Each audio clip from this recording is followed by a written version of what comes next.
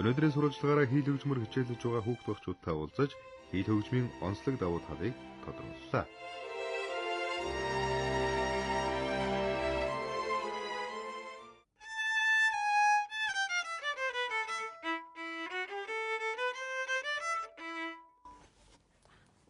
Сайн байна уу? Намайг Амар тавны Эрдэнэ Үжин гэдэг. Би одоо Гёте сургуулийн 8 ангид суралцдаг. За би анх болохоор яг 6 настайгаасаа ингээд хийл хөгжмийг тоглоод тэгээд одоо бол яг тууштай 8 жил тоглож байгаа. Хийл хөгжим бол их хэцүү. Тэгээд тэсвэр, хатуужил, тууштай зан их шаардна. Хамгийн анх манай эгчийн хүүхэд Австраас нэг хийл хөгжим авчирсан. Тэгээ жоохон бахта тэр хөгжмийг оролдоод байсан байхгүй. Тэгээ ер нь тоглуулж үзүүлээгээд тэгээ анх хийл хөгжим сонгосон. Тэгээ өөрөө тэрэндээ их дуртай. Тэгээ би ер нь хөгжмийг бол гоо зүй суудаг, хүний чадварыг сайжруулдаг, хүний нээдэг юм болов гэж бодсон. Ер нь бол гэртээ бэлтэн бас сургууль дээрээ манайх нөгөө нэг сургууль оркестр таахгүй юу. Тэгээд сургууль дээрээ бол бэлтдэг хөгжмийн хичээл дээрээ. Тэгээ босод цагаар бас бэлтдэг. Ялангуяа Монгол ая тоглохоор өөрөө ирэхгүй огшаал явцдаг. Хамгийн сүүлд хүүхдийн ордонд аюун шин нэрмжид хийл сонирхчдын сүрийн хилчтэй улсын уралдаан гэж болдог. Тэрэн дээр манай хүүхд яг байр эзлээгүй л дээ. Тэгтэл бас тайзан дээр гараад уралдаанд орж байгааг харах үнэхээр сайхан байсан. За сая болохоор ойрын хугацаанд гэвэл Америкийн Сан Франциско хотод болохоор Ано Мюзикийн ансамблийн бүрэлдэхүүн нэрээ Amonas Dance Studio-тэй хамтран тэм тоглолт хийсэн. Тэгээд бас Бостон хотод ингээд Crescendoгийн 2 дугаар шатанд оролцсон байна. Одоо бодоход бол яг хийл хөгжим сурсандаа бол би их баяртай байдаг. Ер нь урлагтай ойрхон хөгжмийг ойлгодог болсон гэж би өөрийгөө боддог. Хийл бол аялгуулаг, уянгалаг, яруу тамбиртай, нарийн цар хүрээтэй зэмсэг учраас сонирхон хичээл хүүхдүүд олон байдаг. Хийл хөгжмөөр анх 4-р ангиасаа хичээлж эхэлсэн. Яг тууштай бол ойролцоогоо жилийн хугацаанд явж байгаа. Манай ээж хийл хөгжим аягүй гоё идэв штегээ. Тэгээд анх тоогож эхлээд тэгээд надад ч ихсэн аягүй таалагтаад тэгээд цаашдаа тууштай явахаа шийдсэн.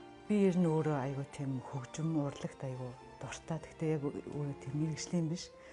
Тэгээд тэр утгаараа юм охиноо тэр нөх хийл тоглож байгаа хүнийг цаанаар нэг гоё ихэмсэг гоё харагддаг. Тэгээд тэр утгаараа охиноо нэг чи гоё хийл төгөлдөр хоор тоглоо сурах уу гэд өөрөөс нь асуугаар тэг дуртай байсан.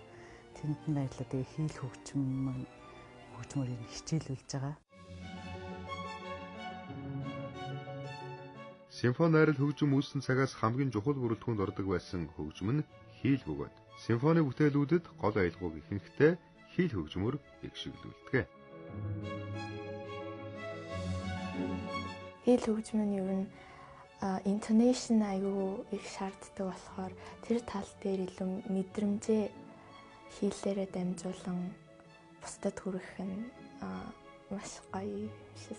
Ер нь тэгэл тэмцээний тайзан дээрээс харах аягүй гоё идэг шүү дээ. Сургуулийн ч тэр гадаад дотоодын тэр том гоё тайзан дээр ингээл гоё чадвартайгаар хөгжмөө алдахгүйгээр мэдрээл ингээд тэгээд тэрийг үнэлүүлээ шагналт байранд ороод тэр үнэхээр амар багталтай байдаг.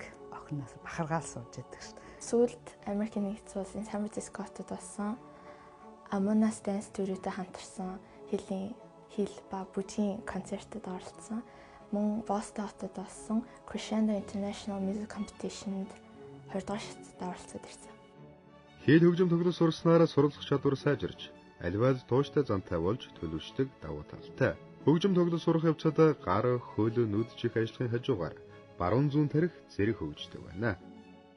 Сайн байна уу? Намайг Отгон Жаргал гэдэг. Би хөгжил сургуулийн 6 ангиас суралцдаг. Би 3 дугаар ангиас яг кантин тахад ерөнхийдөө бол эхэлжсэн онлайнаар. Тэр үед би тэгээд яг оролдож үзье тэ яг гоё хөгжим юмчин гэж одоо яг оролж үзсэн. Хийл хөгжмөөр би одоо амар хөгжилтэй цоглог аянууд ерөнхийдөө тоглох туртай. Хөгжмөө тоглоод би одоо миний сэтгэлдээ миний мэдрэмжүүд амар өөрчлөгдсөн. Тийм өмнө би дандаа нэг амар одоо юм содон мэдрэмж авч үзэж байгаагүй. Тэгээ яг содон мэдрэмж авч үзчихсэн. Амар гоё юм билээ. Одоо жишээлбэл урлагийн үзлэг дээр хэмээл би ер нь дандаа гоцлон номер хийлээрээ гоцлон номер үзүүлдэг. Тэгээд манай ангийнхын намайг аяастайгаар ер нь илүү алдартай байнг та.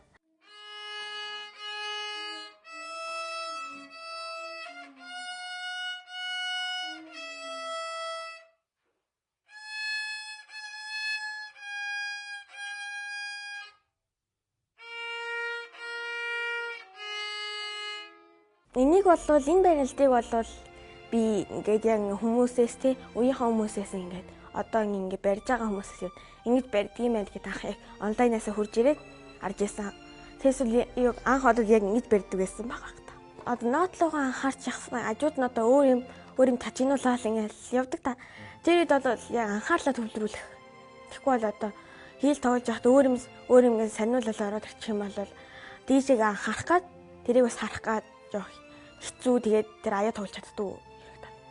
Дандаа юу надад тийм асуулт зөндөх гардаг. Одоо ойр үед би тэрийг засаж байгаа. Хийл хөгжим тоглож хорвоо ертөнц дээрх хамгийн нандин мэдрэмжийг авч, аялгау гişгэрийн хүний сэтгэлийг хөглөж, балчир бага наснаас энэхүү хөгжмөөр дурлан хичээлж байгаа хүүхэд багчуудаа амжилт хүсье.